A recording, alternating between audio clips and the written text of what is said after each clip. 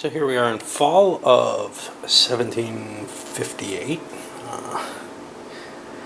Almost, I don't know, 3/7 of the way through, halfway through, something like that, close.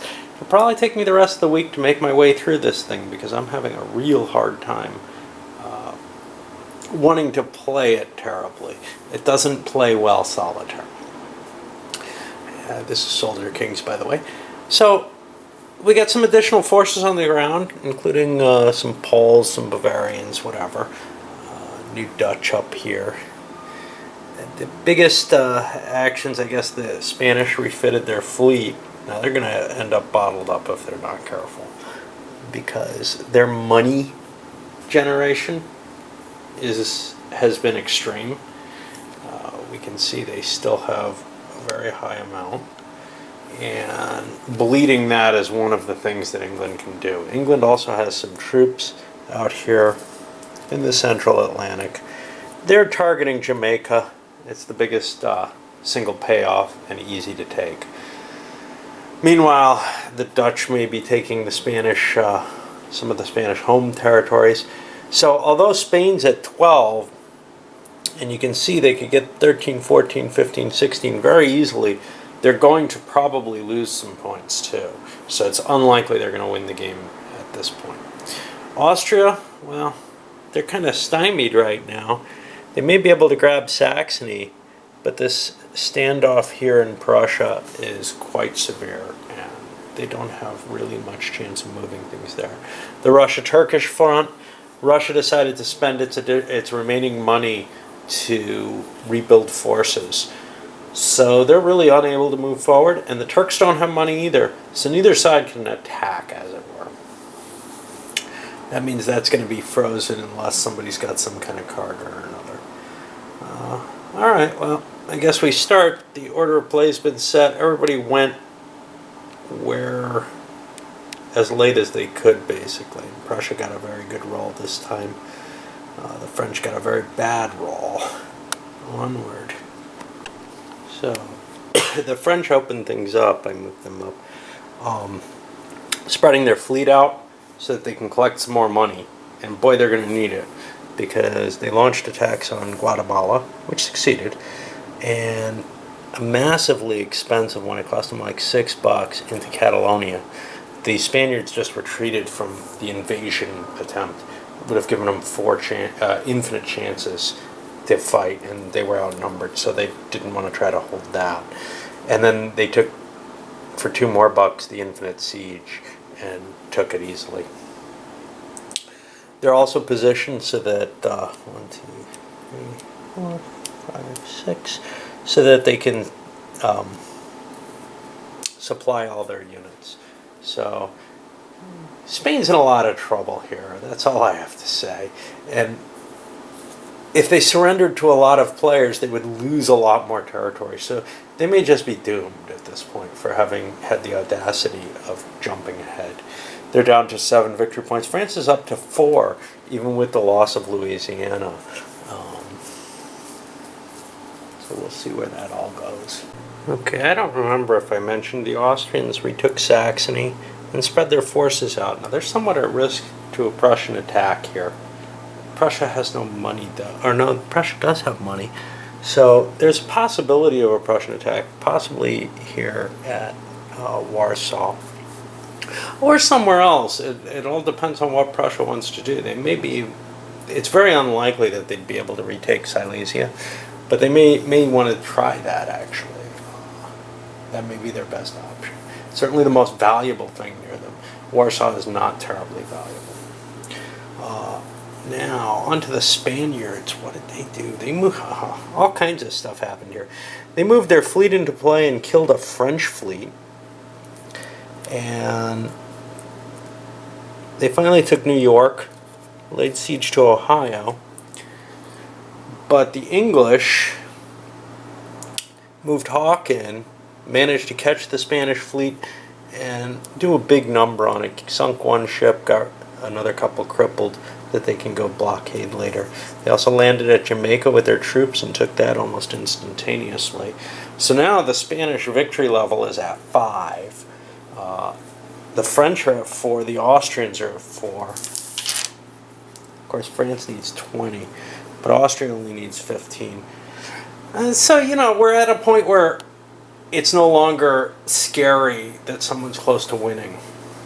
So I think whatever this agreement that's been to take the Spaniards down, I think that's going to end. That's not gone well for the British to begin with anyway. Of course, here's the problem.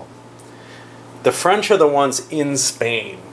The British are in a position where to regain their territories, they have to be fighting Spain. It's they both have interests right now in fighting Spain as opposed to each other, just in terms of how they're positioned. So it may be hard to withdraw from it, but I would suspect at the very least the English Navy is going to assert itself against the French again. We still have Russia and Prussia to go. Let's see what happens there. Prussia finished things up with a quick stab into Saxony, which they conquered, paying a couple of bucks for the sieges. The combined Austrian Allied army fell back into Bohemia. Now we go into the fun of the maintenance and all that crap that is really unpleasant in this particular game for whatever reasons. I think that some, little charts or even just paper to keep track of things might help somehow, but I'm not sure. I just know the games that, I don't know, because it's just hard to add it all up easily. Alright, well, I'm going to give my back a rest a little while and come back to that. During the maintenance phase, a few things happened. The South Pacific had a revolt against Dutch, and that's controlled by the Austrians, actually. The Dutch hired some sepoys over in Mysore just to help them defend or offend in the Indian area. Of course, the majority of the army here is still this Indian National Army under the control of the Austrians. It really shouldn't have a control marker on them because it's based on this card, which is still there. What else do we have? The Prussians managed to improve their supply condition through a card and survive. And they would have been close.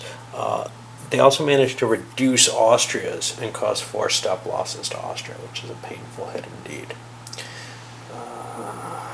The Russians played a new leader for Prussia and gave Prussia a little bit of a bonus. Russia's very worried about how Austria's forming up right now. And I guess that's about it. Now we go to the economic stuff itself, right? Well, victory points, but I've already looked at them and been keeping track. Nobody's way up there. Spain's highest at 5. So yeah, the maintenance happens, whatever that means. Okay, well, after all the cash inflow and paying the maintenance for all the units that are out there, we saw a couple destroyed. The Turks had to lose a couple. I don't know if anybody else did. The Turks had to lose their navy, which was painful. But here's where we end up. The Spanish still tons and tons of money, and they're pulling that in because they're still free in the Caribbean here. The French are not, and you can see how badly this is hurting them. Here's the French money down at 12. Their manpower is a little higher. Things like Russia, their money is recovering a bit, but Prussia, they didn't lose any units this time, but their manpower is down to 1. They really need to regain territories. They can't suffer the losses that they did in terms of losing Silesia. That's really crippling them, and I don't know where they're going to look for help. Russia's not willing to ally with them for that trade at the cost of angering Austria while Russia's still fighting in Turkey. Russia is interested, though, in an alliance with someone like the Dutch or maybe even the Spaniards, who both need manpower. The Spaniards have a decent amount, but they have so much money. And the Dutch, on the other hand, are way down on manpower and have a decent amount of money. It's not them. That's not them. There they are. They have a pretty good amount of money, actually. The English would be another option. The English aren't doing too well. But by allying with the English, you're almost saying that you're anti-Austrian as well. So the Dutch may be the best option because they've kind of stayed out of things so far.